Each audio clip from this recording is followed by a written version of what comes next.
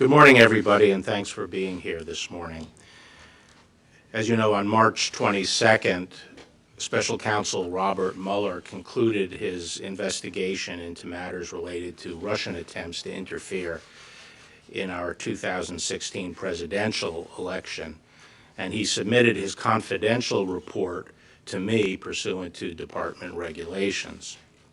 As I said during my Senate confirmation hearing and since, I'm committed to ensuring the greatest degree possible of transparency concerning the Special Counsel's investigation, consistent with the law.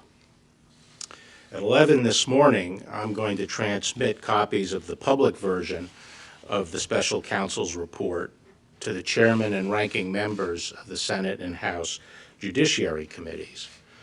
The Department of Justice will also make the report available to the American people by posting it on the department's website after it has been delivered to Congress.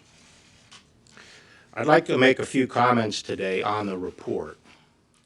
Before I do that, I want to thank Deputy Attorney General Rod Rosenstein for joining me here today and for his assistance and counsel throughout this process. Rod, as you know, has served at the department for nearly 30 years with dedication and distinction. For me to work with him since my confirmation. He had well-deserved plans to step back from public service that were interrupted by my asking him to help in my transition. Rod has been an invaluable partner, and I am grateful that he is willing to help me and has been able to see the Special Counsel's investigation through to its conclusion. Thanks, Rod.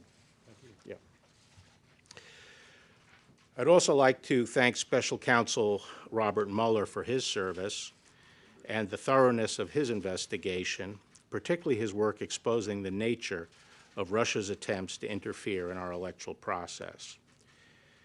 As you know, one of the primary purposes of the Special Counsel's investigation was to determine whether President Trump's campaign or any individual associated with it conspired or coordinated with the Russian government to interfere in the 2016 election. Volume 1 of the Special Counsel's report describes the results of that investigation. As you will see, the Special Counsel's report states that his, quote, investigation did not establish that members of the Trump campaign conspired or coordinated with the Russian government in its election interference activities. I am sure that all Americans share my concern about the efforts of the Russian government to interfere in our presidential election. As the Special Counsel report makes clear, the Russian government sought to interfere in our election process. But thanks to the Special Counsel's thorough investigation, we now know that the Russian operatives who perpetrated these schemes did not have the cooperation of President Trump or the Trump campaign, or the knowing assistance of any other American for that matter. That is something that all Americans can and should be grateful to have confirmed. The Special Counsel report outlines two main efforts by the Russian government to influence the 2016 election. First, the report details efforts by the Internet Research Agency, a Russian company with close ties to the Russian government, to sow social discord among American voters through disinformation and social media operations. Following a thorough investigation of this disinformation campaign, the Special Counsel brought charges in federal court against several Russian nationals and entities for their respective roles in this scheme. Those charges remain pending, and the individual defendants remain at large. But the Special Counsel found no evidence that any American, including anyone associated with the Trump campaign, conspired or coordinated with the Russian government or the IRA in this illegal scheme. Indeed, as the report states, quote, the investigation did not identify evidence that any U.S. person knowingly or intentionally coordinated with the IRA's interference operation, unquote. Put another way, the Special Counsel found no collusion by any Americans in IRA's illegal activities. Second, the report details efforts by the Russian military officials associated with the GRU, the Russian Military Intelligence Organization, to hack into computers and steal documents and emails from individuals associated with the Democratic Party and Hillary Clinton's campaign for the purpose of eventually publicizing these documents. Obtaining such unauthorized following a thorough investigation of these hacking operations, the Special Counsel brought charges in federal court against several Russian military officers for their respective roles in these illegal hacking operations.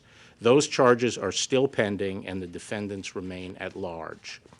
But again, the Special Counsel's report did not find any evidence that members of the Trump campaign or anyone associated with the campaign conspired or coordinated with the Russian government in these hacking operations. In other words, there was no evidence of the Trump campaign collusion with the Russian government's hacking. The Special Counsel's investigation also examined Russian efforts to publish stolen emails and documents on the internet. The Special Counsel found that after the GRU disseminated some of the stolen documents to entities that it controlled, DC Leaks and Guccifer II, the GRU transferred some of the stolen materials to WikiLeaks for publication. WikiLeaks then made a series of document dumps. The Special Counsel also investigated whether any member or affiliate of the Trump campaign encouraged or otherwise played a role in these dissemination efforts. Under applicable law, publication of these types of material would not be criminal unless the publisher also participated in the underlying hacking conspiracy. Here, too, the Special Counsel's report did not find that any person associated with the Trump campaign illegally participated in the dissemination of the materials. Finally, the Special Counsel investigated a number of links or contacts between the Trump campaign officials and individuals connected with the Russian government during the 2016 presidential campaign.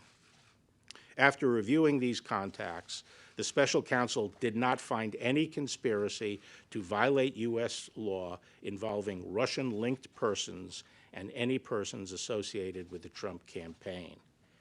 So that's the bottom line. After nearly 2 years of investigation, thousands of subpoenas, hundreds of warrants, and witness interviews, the Special Counsel confirmed that the Russian government sponsored efforts to illegally interfere with the 2016 presidential election, but did not find that the Trump campaign or other Americans colluded in those efforts. After finding no underlying collusion with Russia, the Special Counsel's report goes on to consider whether certain actions of the president could amount to obstruction of the Special Counsel's investigation.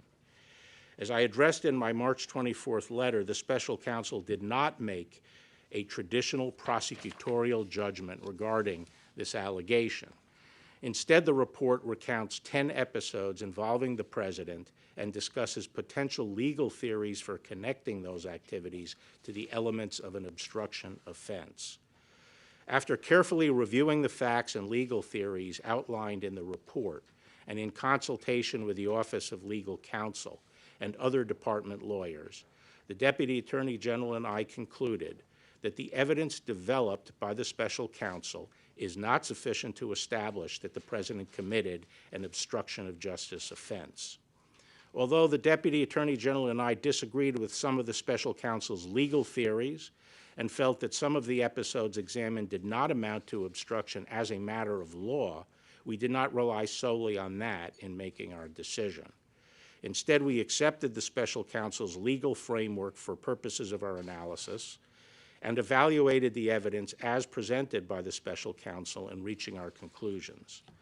In assessing the president's actions discussed in the report, it is important to bear in mind the context. President Trump faced an unprecedented situation. As he entered into office and sought to perform his responsibilities as president, federal agents and prosecutors were scrutinizing his conduct before and after taking office and the conduct of some of his associates. At the same time, there was relentless speculation in the news media about the president's personal culpability. Yet, as he said from the beginning, there was in fact no collusion. And as the special counsel's report acknowledges, there is substantial evidence to show that the president was frustrated and angered by his sincere belief that the investigation was undermining his presidency, propelled by his political opponents, and fueled by illegal leaks. Nonetheless, the White House fully cooperated with the special counsel's investigation, providing unfettered access to campaign and White House documents, directing senior aides to testify freely, and asserting no privilege claims.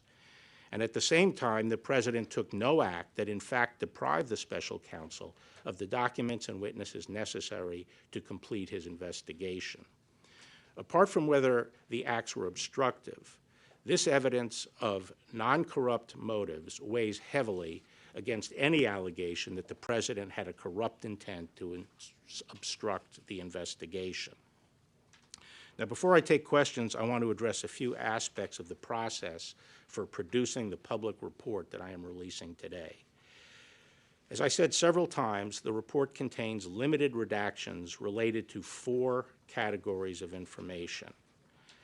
To ensure as much transparency as possible, those redactions have been clearly labeled so that the readers can tell which redactions correspond to which categories. Now, as to recall, those categories are 6E material, grand jury material, information that the IC believes would disclose sources and methods, information that would impair the investigation and prosecution of other cases that are underway, and finally, information that implicates the privacy and reputational interests of peripheral third parties.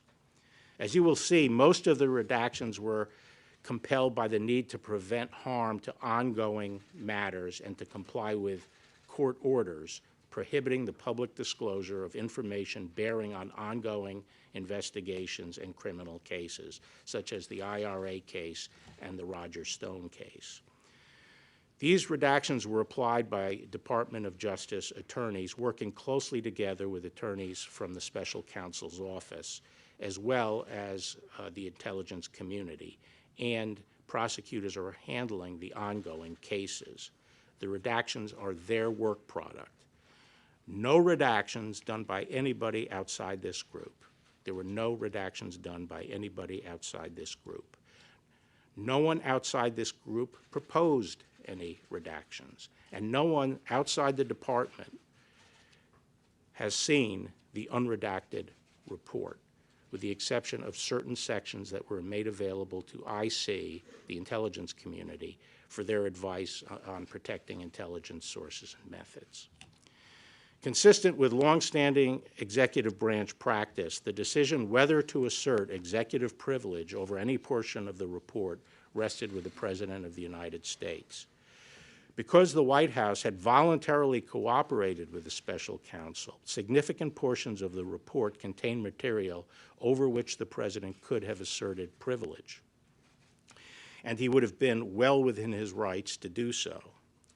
Following my March 29th letter, the Office of the White House Counsel requested the opportunity to review the redacted version of the report in order to advise the President on the potential invocation of privilege, which is consistent with longstanding practice. Following that review, the President confirmed that in the interest of transparency and full disclosure to the American people, he would not assert privilege over the special counsel's report. Accordingly, the public report I am releasing today contains redactions only for the 4 categories that I previously outlined, and no material has been redacted based on executive privilege. In addition, earlier this week, the President's personal counsel requested and was given the opportunity to read a final version of the redacted report before it was publicly released. That request was consistent with the practice followed under the Ethics in Government Act, which permitted individuals named in a report prepared by an independent counsel the opportunity to read the report before publication. The President's personal lawyers were not permitted to make and did not request any redactions. In addition to making the redacted report public, we are also working with Congress to accommodate their legitimate oversight interests with respect to the Special Counsel's investigation. We have been consulting with Chairman Graham and Chairman Nadler through this process, and we will continue to do so. Given the limited nature of the redactions, I believe that the publicly released report will allow every American to understand the results of the Special Counsel's investigation. Nevertheless, in an effort to accommodate congressional requests, we will make available, subject to appropriate safeguards, to a bipartisan group of leaders from several congressional committees, a version of the report with all redactions removed, except those relating to grand jury information. Thus, these members of Congress will be able to see all of the redacted material for themselves, with the limited exception of that which, by law, cannot be shared. I believe that this accommodation, together with my upcoming testimony before the Senate and House Judiciary Committees, will satisfy any need Congress has for information regarding the Special Counsel's investigation. Once again, I'd like to thank you for being here, and I will now have a few questions. Mr. Attorney General, we don't have the report in hand, so could you explain for us the Special Counsel's articulated reason for not reaching a decision on obstruction of justice, and if it had anything to do with the department's long-standing guidance on not indicting a sitting president? And you say you disagreed with some of his legal theories. What did you disagree with him on? I'd leave it to his description in the report, the Special Counsel's own articulation of why he did not want to make a determination as to whether or not there was an obstruction offense. But I will say that when we met with him, Deputy Attorney General Rosenstein and I met with him, along with Ed O'Callaghan, who is the Principal Associate Deputy, on March 5th, we specifically asked him about the OLC opinion and whether or not he was taking the position that he would have found a crime but for the existence of the OLC opinion. And he made it very clear several times that that was not his position. He was not saying that but for the OLC opinion he would have found a crime. He made it clear that he had not made the determination that there was a crime. Did you disagree with him on? May I follow up on that, Mr. Attorney General? What did you disagree with him on? Given that, why did you and Mr. Rosenstein feel the need you had to take it to the next step to conclude that there was no crime, especially given that DOJ policy? Well, the very prosecutorial function and all our powers as prosecutors, including the power to convene grand juries and the compulsory process that's involved there, is for one purpose and one purpose only. It's determine yes or no. Was alleged conduct criminal or not criminal? That is our responsibility, and that's why we have the tools we have. And we don't go through this process just to collect information and throw it out to the public. We collect this information, we use that compulsory process for the purpose of making that decision. And because the Special Counsel did not make that decision, we felt the department had to, and that was a decision by me and the Deputy Attorney General. Yes. Or did the Special Counsel indicate that he wanted you to make the decision, or that it should be left for Congress? And also, how do you respond to criticism you're receiving from congressional Democrats that you're acting more as an attorney for the president rather than as the chief law enforcement officer? Special Counsel Mueller did not indicate that his purpose was to leave the decision to Congress. I hope that was not his view, since we don't convene grand juries and conduct criminal investigations for that purpose. He did not, I didn't talk to him directly about the fact that we were making the decision, but I am told that his reaction to that was that it was my prerogative as Attorney General to make that decision. Attorney General Barr, Catherine Herridge, Fox News. Hi there. Is there anything you can share today about your review of the genesis of the Russia investigation and whether assets have been provided to investigate? No, today I'm really focused just on the process of releasing this report. Senior Democrats in Congress have asked for Robert Mueller himself to testify. Robert Mueller remains a Justice Department employee as of this moment. Will you permit him to testify publicly to Congress? I have no objection to Bob Mueller personally testifying. Mr. Attorney General, it's not just Democrats who have questioned some of the process here. A Republican-appointed judge on Tuesday said you have, quote, created an environment that has caused a significant part of the American public to be concerned about these redactions. You've cleared the president on obstruction. The president is fundraising off of your comments about spying. And here you have remarks that are quite generous to the president, including acknowledging his feelings and his emotions. So what do you say to people on both sides of the aisle who are concerned that you are trying to protect the president? Well, actually, the statements about his sincere beliefs are recognized in the report, that there was substantial evidence for that. So I'm not sure what your basis is for saying that I am being generous to the president. You face an unprecedented situation. It just seems like there's a lot of effort to go out of your way to acknowledge how this Well, was is there another precedent for it? No, but it's unusual. Okay, so that- unprecedented is an accurate description, isn't it? Yes, but what Okay. do you say to people who are concerned that you were trying to protect the president? Eric? There's a lot of public interest in the absence of the special counsel and members of his team. Was he invited to join you up on the podium? Why is he not here? This is his report, obviously, that you're talking about today. No, it's not. It's a report he did for me as the Attorney General. He is required under the regulation to provide me with a confidential report. I'm here to discuss my response to that report and my decision, entirely discretionary, to make it public, since these reports are not supposed to be made public. That's what I'm here to discuss. Impropriety for you to come out and sort of what appears to be sort of spinning the report before the public gets a chance to read it? Okay, thank you very much. Thank you.